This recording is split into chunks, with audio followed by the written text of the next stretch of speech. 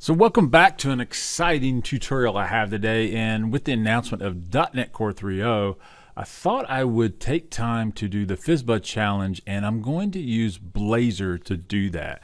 Now Blazor is a technology that's just become released in .NET 3.0. It's been in development for a while now, and what we're going to use is Blazor client side, which is actually still in the preview phase.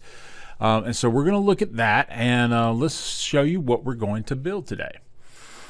So what Blazor really is another way to build applications. And so these applications, or single page applications or progressive web apps, whatever you want to call them, is a way for us to write C# where normally we would write JavaScript. And so this is what we're going to build. And so this is a counter, and you can see here I can click and it updates the counter. Very simple, but in another life you would have to do this in JavaScript, and this is done with all C#.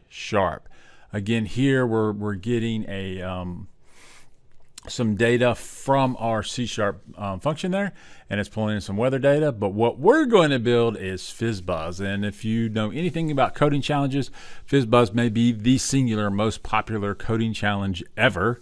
And so what it allows you to do, if you have the values of fizz value of 3 and 5, if it is a multiple of 3, it will print fizz. It's a multiple of 5, it will print buzz. And if it's a multiple of both, it will print FizzBuzz. And basically you're going to run out numbers from 1 to 100.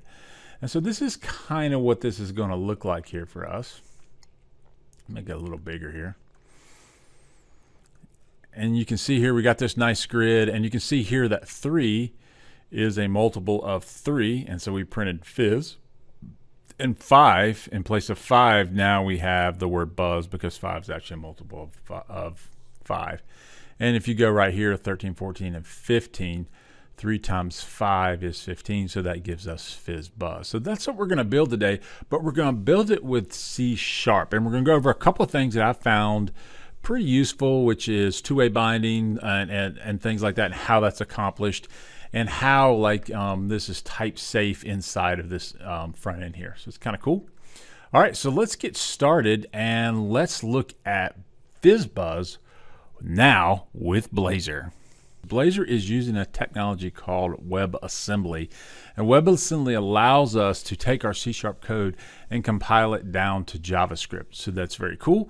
So let's look at how we do this. What you'll need to do this is the latest version of Visual Studio. As I'm recording this now, we're using Visual Studio 2019, the latest version that just was released a couple of this week. So, and that's going to be on .NET Core 3.0. Okay, so having said that, let's crack into Visual Studio.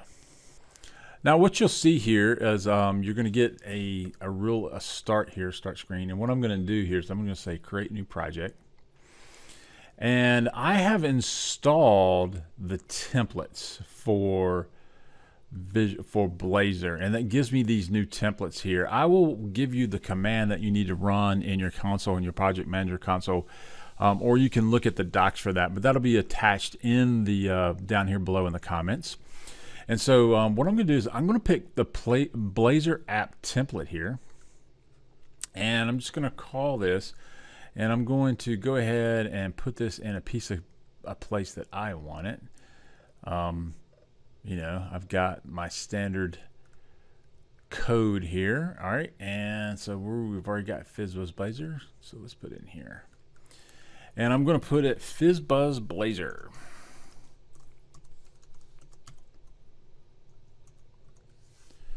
All right, and so I'm going to say select the folder, create a new folder here.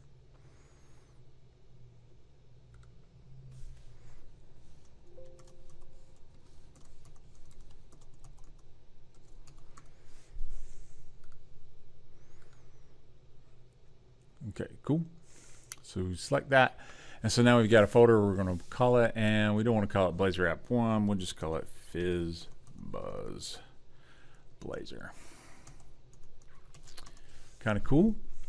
All right, so I'm just going to hit create here.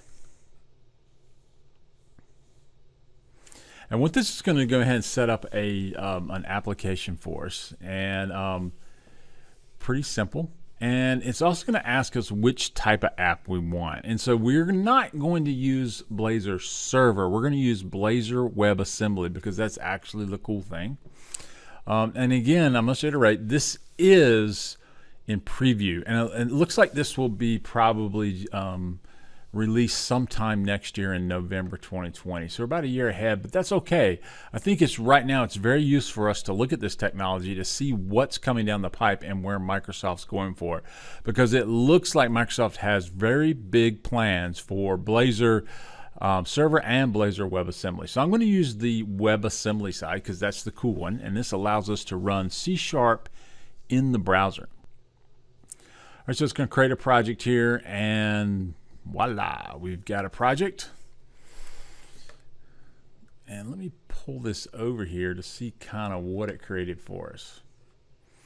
All right, so as you can see here, we got our standard kind of like thing here, but let's look at what it built for us. Let me get rid of this. And let's just go through this real quick so we can understand more what's going on before we start actually making code changes. So this looks like, if you're familiar with Razor pages, it looks a lot like this. But the first thing I want to make you aware of is that the www root holds this thing called the index page. And this is kind of the driver for the entire thing. And the reason I'm bringing this up is just to show you that in essence, this is just an HTML page with some JavaScript, okay? And right here, if you want to add style sheets, this is where you would do it. And we'll add one here in a little bit. And so you can see here, we're also running Bootstrap, which we're going to use to style our thing. And this is our title. So I'm going to kind of put a little space in there. And then this script here is the WebAssembly.js, and this is what's doing all the magic. So this is kind of your driver HTML file. Then if you look in your shared pages here, you have 3 in here, okay? And we're going to look at these two, main layout and nav menu. So main layout here is kind of how all of this is being built out. So you notice here we have div class sidebar, and this class is just a CSS that is referenced in that site CSS I just showed you. And then it knows something about this, and this is a nav menu. Notice here it's looking at this, what we're calling these Razor components here, and it knows what it is, it's type. And this is how the menus are being built out, okay? So kind of cool. All right, so let's run this real quick and let's just look at what it built for us.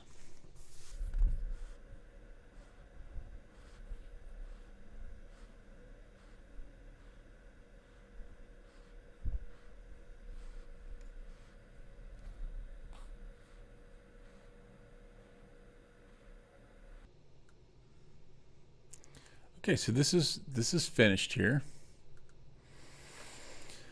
And you can see it built us the classic Hello World application here, and then we also have this counter, and we're going to go through these little code samples here to better understand kind of like what's happening, and then let's build our own. We're going to build FizzBuzz with this, so you can get a good understanding of how Blazor works. Okay, so that's what we got here. So let's first look at this page called counter. Okay, I'm going to kill this. And if you look in here in the pages is where our Razor component is. And let's look at this thing. So we have a classic H1 file, tag here that has counter. And then we have this P tag in here. And this says at current count. Now that's kind of cool because what that is giving you a reference to this variable inside this code block right here, at code. Okay, and so this is a C# integer variable, and it's called at current count, and this allows this to detect any changes to this variable. And so when we hit this button click here, we can say now it's binding the at on click event to this function over here called increment count, which is kind of cool. And so when I click on this button, it's going to increment count by 1, which will in turn update this variable here which will in turn give us a one-way binding back up to this and update it in real time. So let's check that out.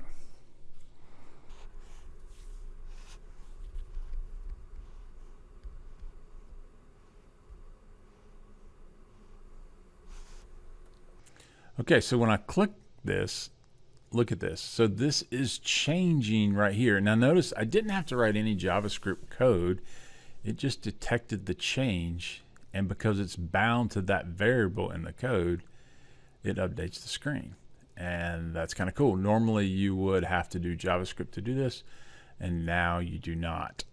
But the one-way binding is really cool, but I'm going to show you something even cooler in a second. It's called two-way binding.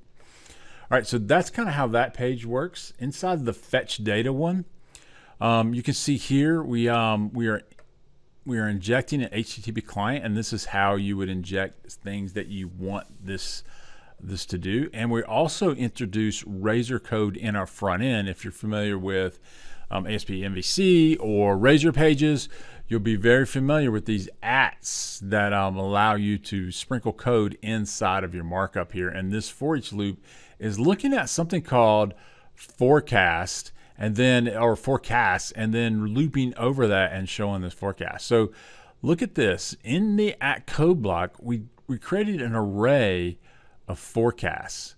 And you may say, well, what is forecast? Look at this. Now we have a public class weather forecast, and we have 1, 2, 3, 4 members or properties that we have set equal to certain things.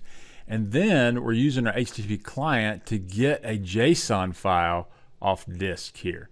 And if you look at the sample data over here, it's just on disk in here. This is also how you would call something like maybe an external API or web API, or actually a real data API like Dark Sky or something like that. And maybe we'll do that in the future. And so what it does is it returns JSON and it stuffs forecasts into this class, or what we know in the MVC world is a model.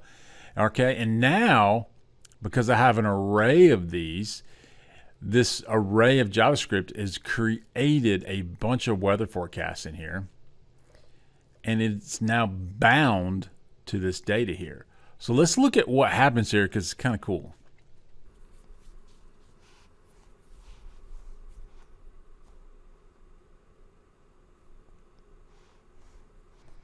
So if we look at the fetch data, you can see it just went out. It grabbed out from that sample data that we have on disk here. It shoved that data, this array of objects, into the object that we have, and then using Razor code on the front end, it looped over that object and displayed each row of data. Again, all without JavaScript. If you were doing this with JavaScript, you would have to implement HTTP client or a fetch or something like that, get that, and then bind all of these elements to your front end with either using something like jQuery or document.ID or something like that is how you would do it, or you would use something like React or Vue or something like that.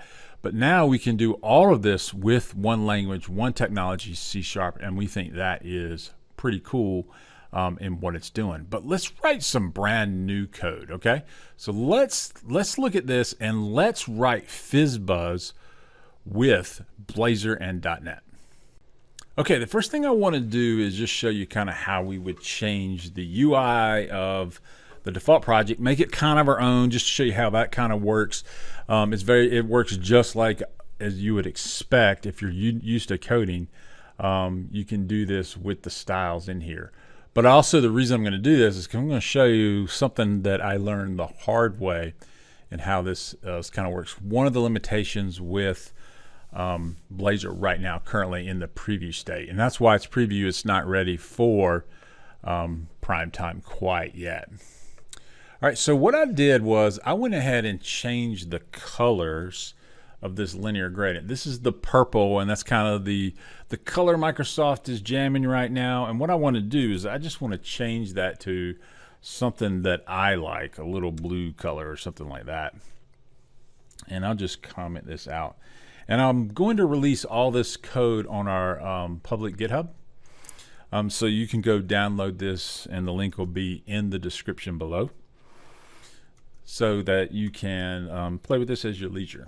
Okay, and so what I'm going to do is I'm going to run this just like this. Okay, and watch. I think, let's see what happens here.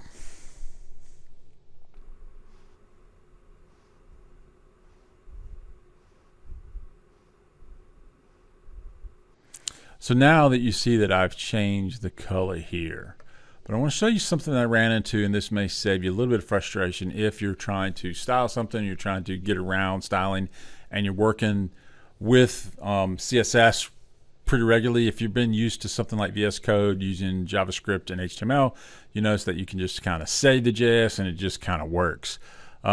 This doesn't quite do that quite yet. So, but we can look at like how we can make this kind of work.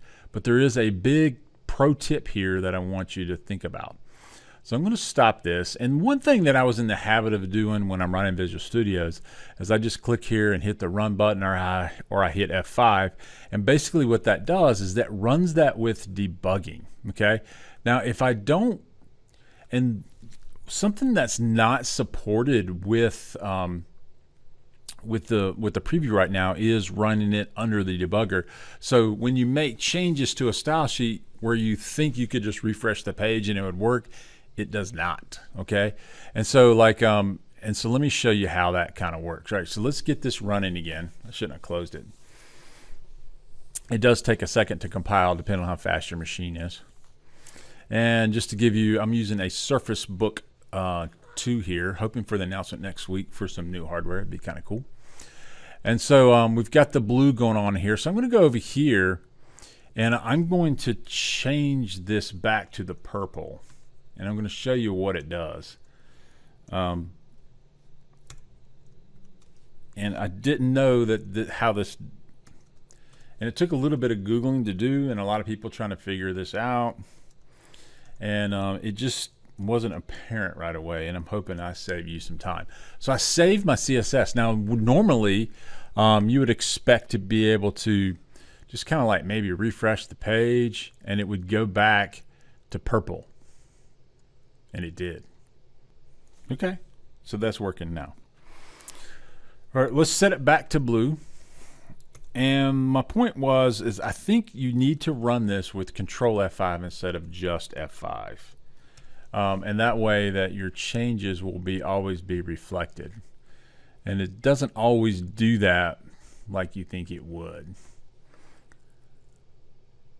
But apparently it's detecting this change right here, which is kind of cool. All right, so that's great. So just remember that integrated debugging is not supported quite yet. It will be in the future. You can use the Chrome debugger under certain scenarios, but this is kind of out of scope for this. You can attach to the Chrome debugger and do it like that. But if you want to set a breakpoint in here or things like that, it doesn't quite work just yet. Okay, but let's get on to it. Get on with it, and let's make a new page here. Okay, so the thing I'm going to do is I'm going to make a brand new page right here. And what it is, I'm going to put it right in here, and I'm going to call it, just to let you know, what I need to do is actually make a new item, and it's got to be a Razor component. Okay, that's this thing right here. And you can see it ends with the .NET Razor. Okay, and I'm going to call this Fizz Buzz. And I'm just going to hit save. And so that makes me a brand new page in here. Okay, so that's kind of cool, right? So I also need to be able to also reference that inside my nav menu. Okay, so I want to go over to my nav menu here, and I want to add a new link in here. So I'm just going to copy this link, and I'm going to set it equal to FizzBuzz. Okay, so I'm going to call this FizzBuzz right here. Make this a little bigger, and let's make some room here. I got this big so that you guys can see what's going on, but it doesn't leave me a lot of room to type. So I'm going to call this FizzBuzz, and I need to give it the link that I want, and it should be able to find this object now. But if it doesn't, we know the name of it, which is going to be FizzBuzz.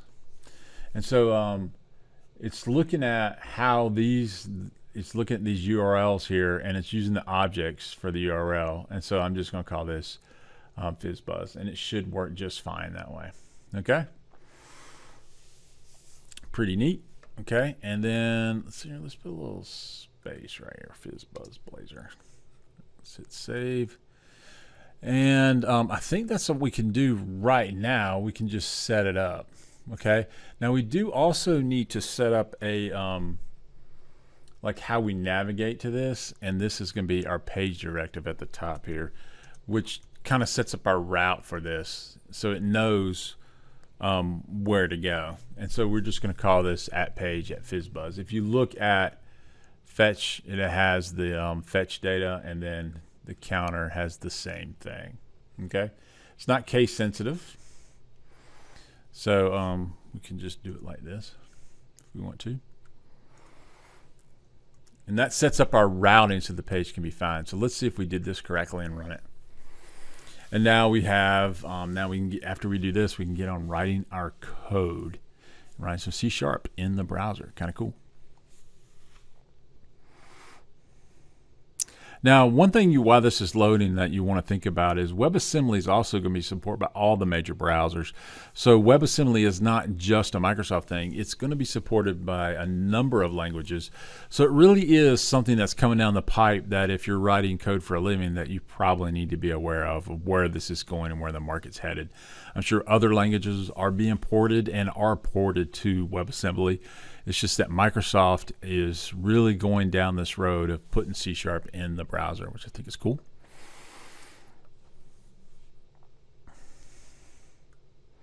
And it's going to get nothing but better. All right, so now we've got our menu here. We changed our menu.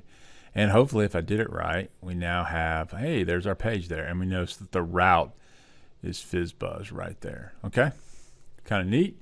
So we've got our route and our page, but it doesn't do anything yet. So let's start making it work. Okay, so I'm going to kill this. And the first thing we want to do is we want to add some HTML here. Now, as I told you before, when we look back at our index page, we are using Bootstrap here, which is kind of cool, right? And so, so what I want to do is I'm going to put a description in here of what we're building. I'm just going to copy this. And it's just a simple P tag right under our title here. I think when you're doing these coding type challenges, you should always tell the reader or the visitor or the user what the application is trying to do. Okay, and so what I want to do is I'm going to write some Bootstrap. So hopefully you know what Bootstrap is. It's a front-end framework and allows us to build out kind of really cool front-end UIs in HTML. And I'm going to create 3 rows here.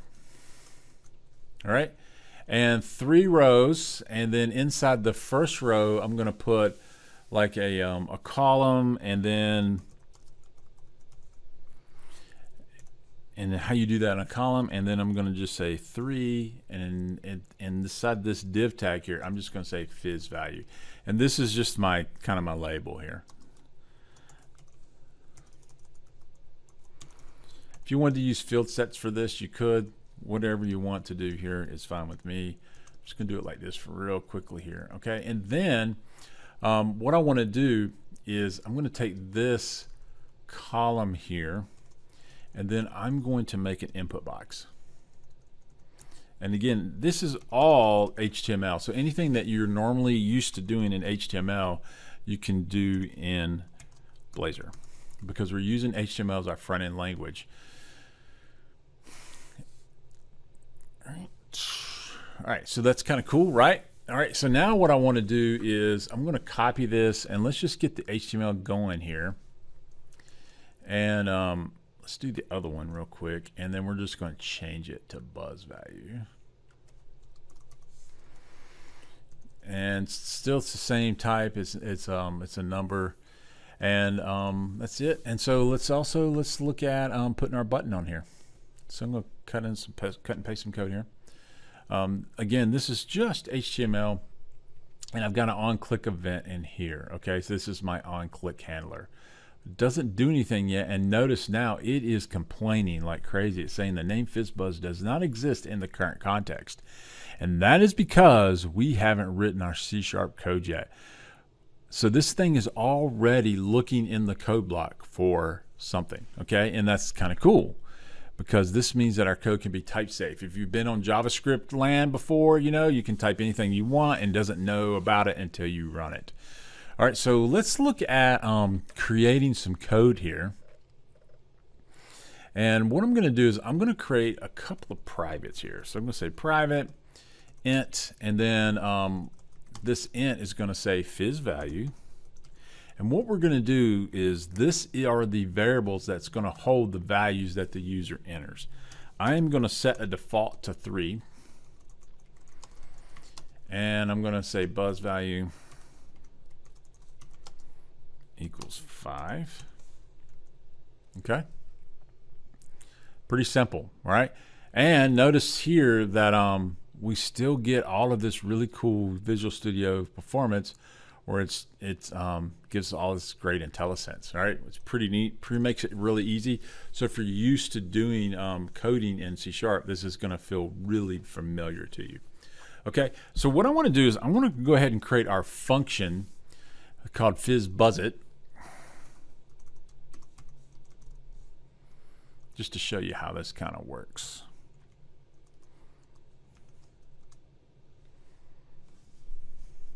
Look at that. It compiled it, and now it's removed it here because now it says, hey, you know what? I now know that there's a function there.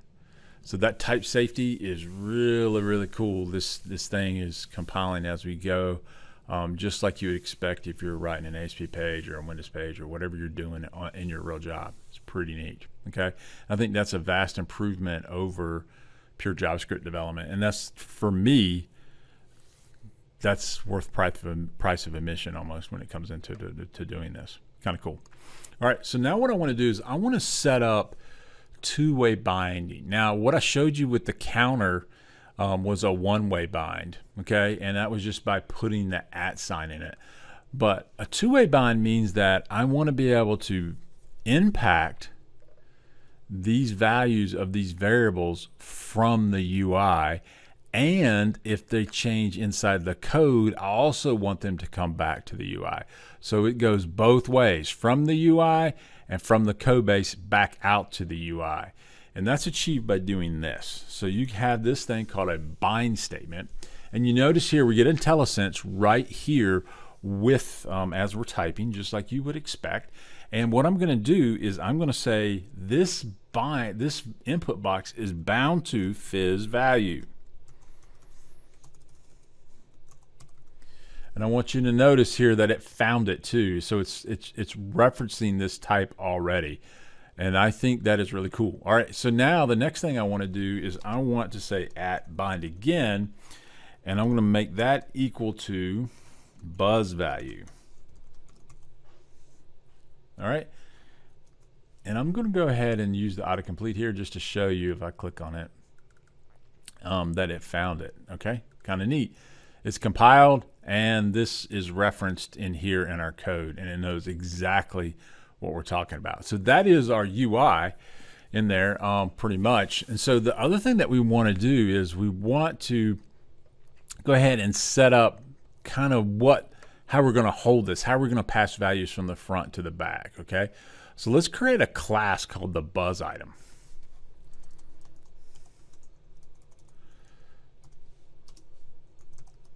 And that's going to be BuzzItem. Okay. And if you've done models, you're doing model view controller or anything like that, you're pretty familiar with this. So we're going to call this a public string. And the first thing it's going to hold is just the value. And we're going to code our gets and sets like you're used to doing. And then public, I'm going to make this a string. And what I'm going to do here is I'm going to call this class name. And class name is going to allow me to programmatically set what CSS class I want to render out, so I can colorize these items as they get loaded in. So now I have my object, or my model if you're coming from MVC. And so what I want to do is I want to make a bunch of these. I want to make a list of these. Okay? And so we can do that up here. And I'm going to create a list, and I'm going to give it a type. And if you've made lists before, notice here it recognizes that type. And so I want a list of BuzzItem, and I'm going to call it BuzzItems, okay, the plural of these, and that equals a new list of type BuzzItem.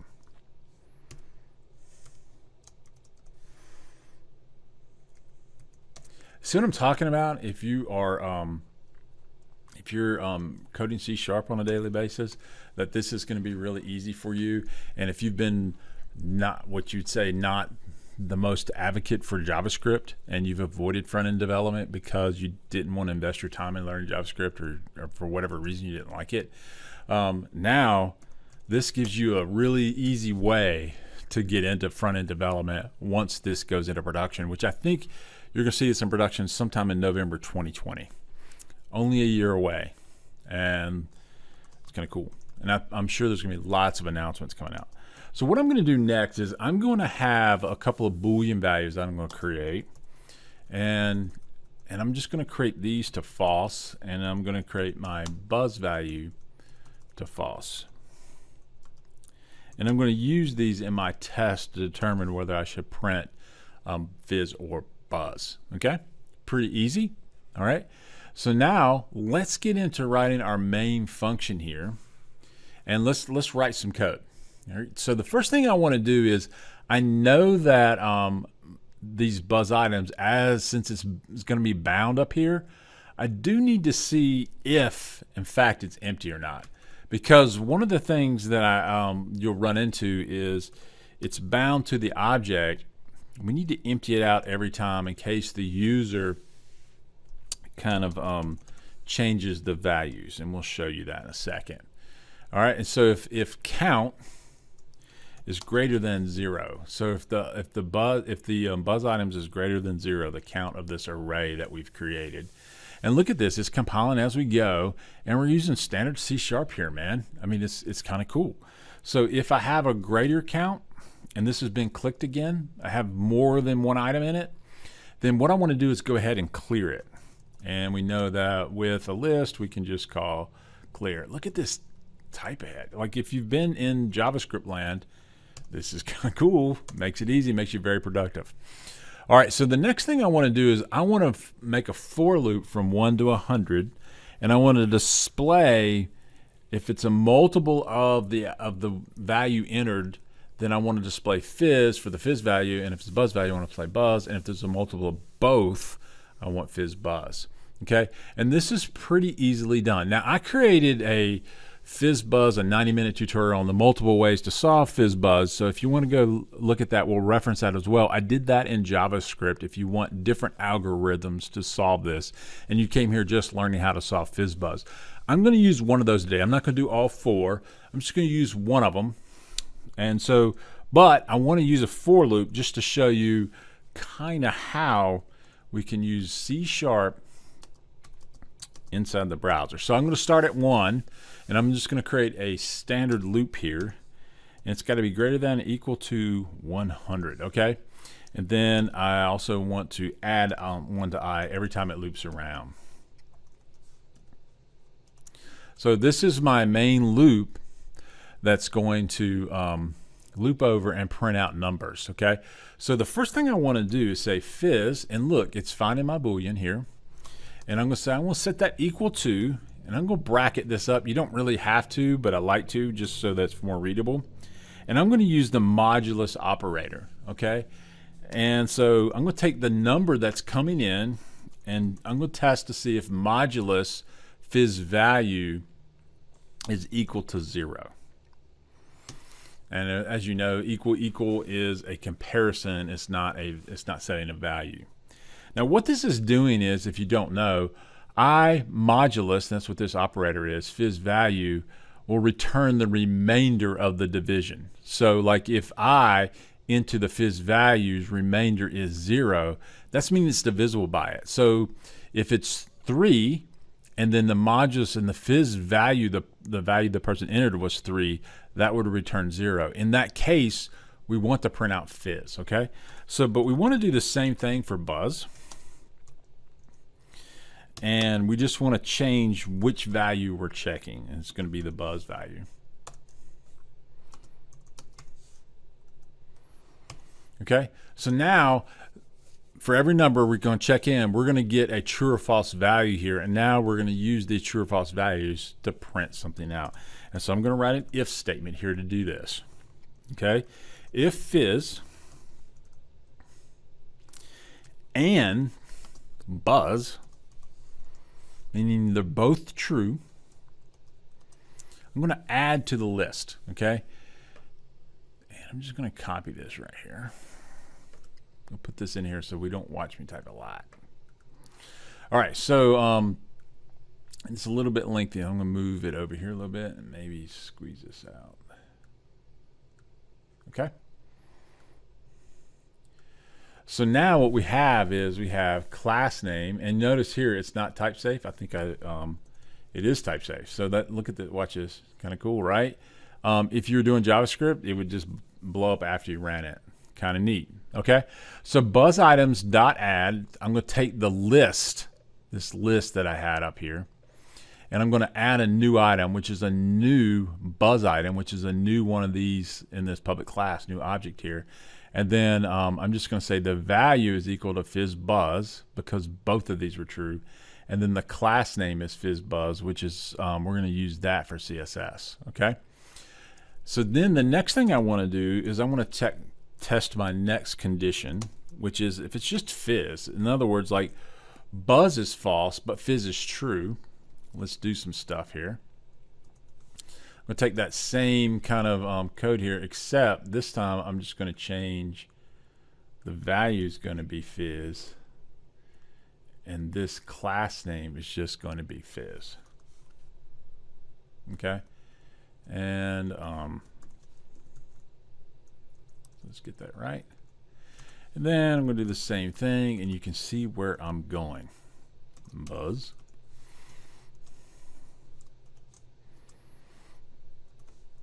And I'm just going to change this one to Buzz.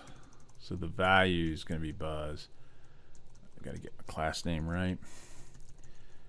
And this is going to be Buzz. Okay. And then I do have a default item. And I'm going to say else. And what I want to do in here is actually, I want to add the value is in here is just the I value. Okay, so what I'm going to do here is I'm going to say I to string because I need to convert it to a string. And then in here I do have a class name that I'm going to call no Buzz, and let's just change this.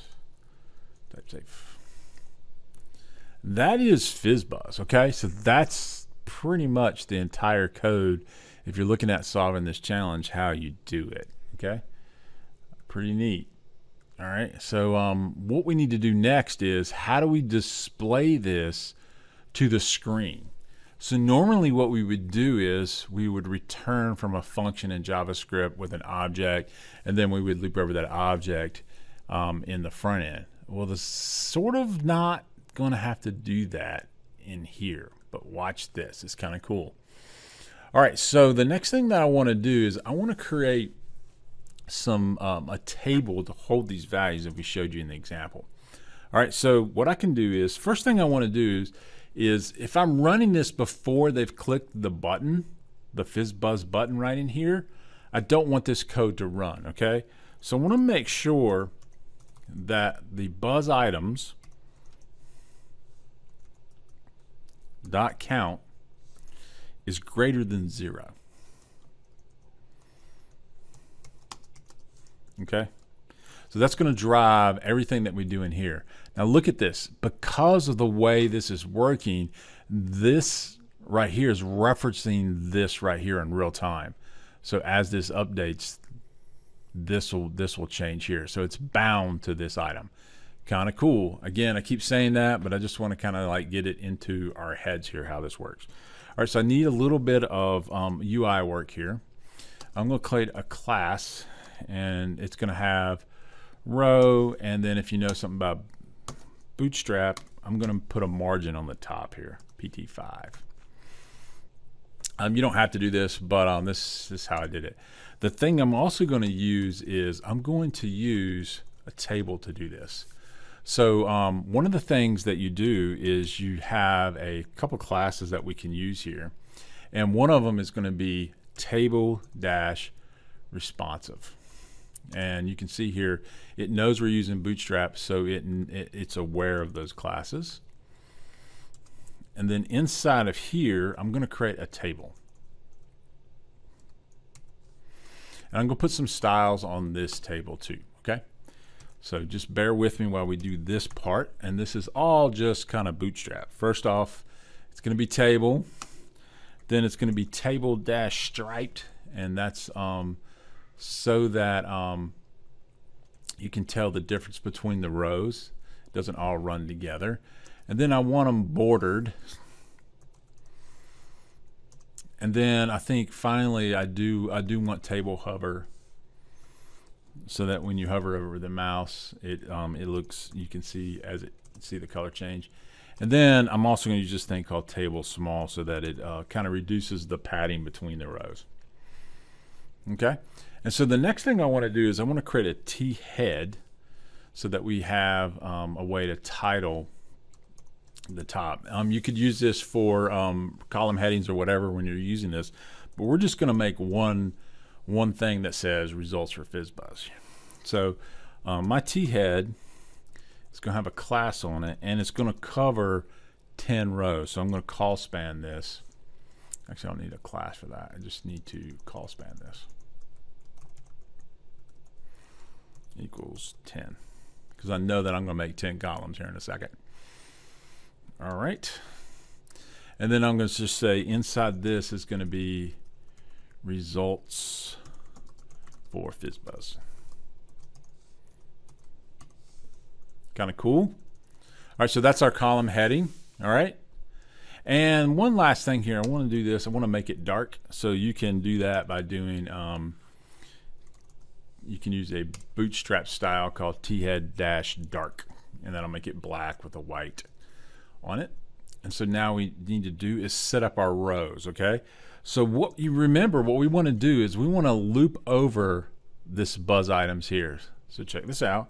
So we can use a for loop, and we know that it's going to have 100 items in it. Okay, so we're just going to rely on that. And so we're going to start at 0 in this array, and then we're going to say as long as it's less than 100. And then for every time we loop around, I'm going to add 10 to it, because I'm going to have 10 columns in this row. Okay, so now we've got our basic loop here, and it's going to loop over, it's going to make, to get through 100 values, it's going to go over it 10 times. Okay, and all I'm going to do here is create a row with 10 columns. And then Razor is going to do the rest for me.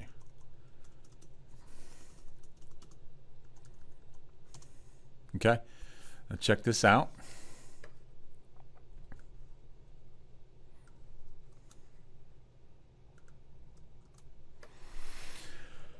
So I'm going to create a class, and one thing I did notice is that I wish that Beautify or someone would run in Visual Studio, in case you guys are doing that. It'd be kind of cool. I'm used to VS Code, but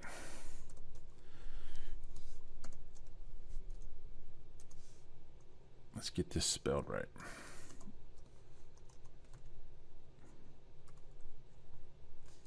Sorry. Okay, so what we're going to do is we're going to take the buzz items, and that's the list of these things right here that got put in this loop down here where we're adding them up. And I'm going to use the index of I, which is in the first time we run it, it'll say the BuzzItem 0. And as we know, arrays or lists starts with 0. And I'm going to get the class name, and I'm going to dynamically add a new CSS class in here. And then I'm going to add the value of that I stuck inside that. Okay. Now what I want to do is I want 10 columns just to save space. I could have ran this and run down 100 rows, but I didn't quite want to do that. Okay. 4, 5, 6, 7, 8, 9. All right. And so what I can do here is I can reference each one by doing something like this.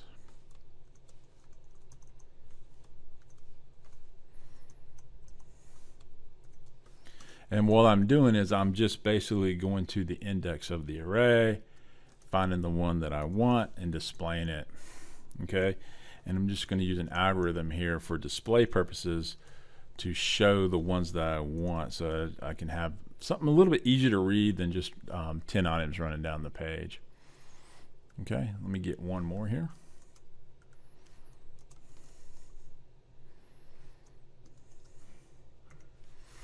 I need to do the same thing over here.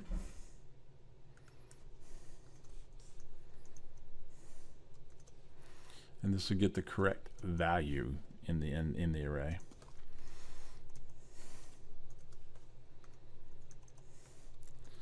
Pretty easy to do. So I hope that you're learning a lot here, because I think this is a technology, it's going to be around for a while, so it's good to know about it.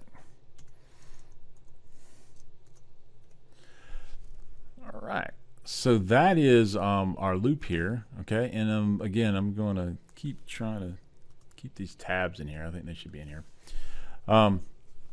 So now that's pretty much all I got to do. All right.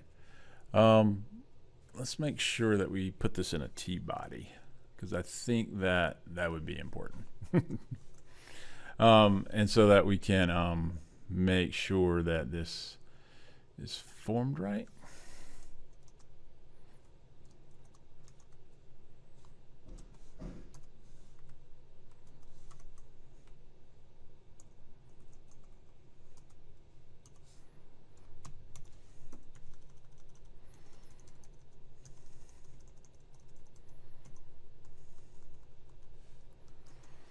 Okay, so if we did this right, we should have FizzBuzz complete here, and I'm hoping that I did. So let's get it here and let's run it. All right, so what I'm going to do is I'm going to run this with Control F5.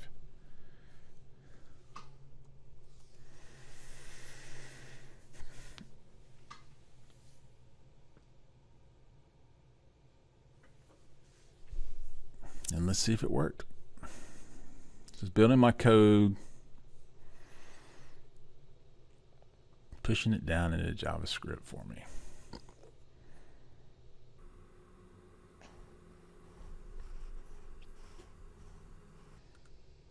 So you notice here we've got our FizzBuzz, and it took our default values, which we set up in our class. And if we run it, you can see now that FizzBuzz does in fact come back. And it runs it all the way out to 100. And you notice it works too, so like that's kind of cool. So like 3 would have been 3 here, but it's Fizz. 5 would have been Buzz, and then if we run out to 15, we know that 3 and 5 is a multiple. And this is what I was talking about. Watch this. So like I can change this value and rerun it, and it changes. And so like this is sending that down into the browser, or down into the class down there, changing the value, and then re-executing the array using this new value. So it's bound both ways. Pretty neat, because when you start it up, these boxes are getting their value from the default setup inside the code, and then if you hit 7, it's changing it. Kind of neat. 3, 4, 5, 6, 6, 7. All right, so that's FizzBuzz. But what about the colorization? Well, we can go through that real quick. Just style sheet things. So let's just run some styles here and we can show you how that was working and why I did that. So what I want to do is I'm going to go ahead and add a new style sheet here. I don't have to, but sometimes when I'm for style sheets, sometimes I will kind of create separate style sheets when I keep them separate. I know that may not be the best way, but if you want to just real easily know what how this kind of works and what I did, you can do this. Now a couple things that we could do, we called it FizzBuzz style, and I showed you in the beginning. I've got to go over here to my index page and I need to add a style sheet here. Reference it up.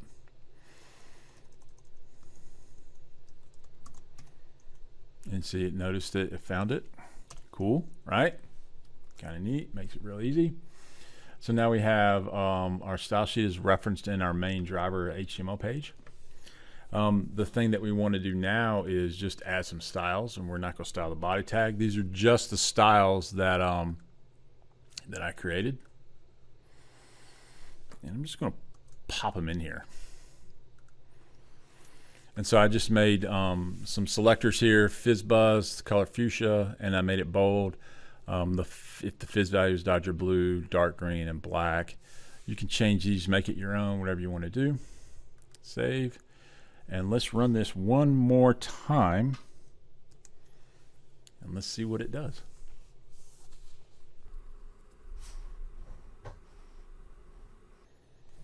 Okay. Let's look at FizzBuzz here. Let's see if it works. Look at that. We got colors and everything. So you notice it's responsive too. So now we have the blue, the green, and the fuchsia, and it's a little bit bold there. And so that just shows you how you can style these using Bootstrap, and also how you can get code running in the browser, C# code running in the browser with Blazor. And notice that it has two-way bindings real easy. You get the IntelliSense, all the niceties that you would expect.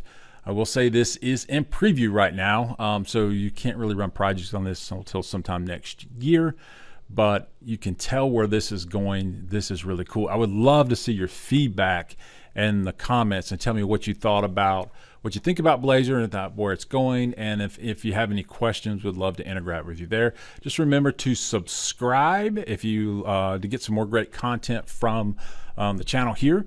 But if that is it, so I hope this helps. Good luck and keep coding.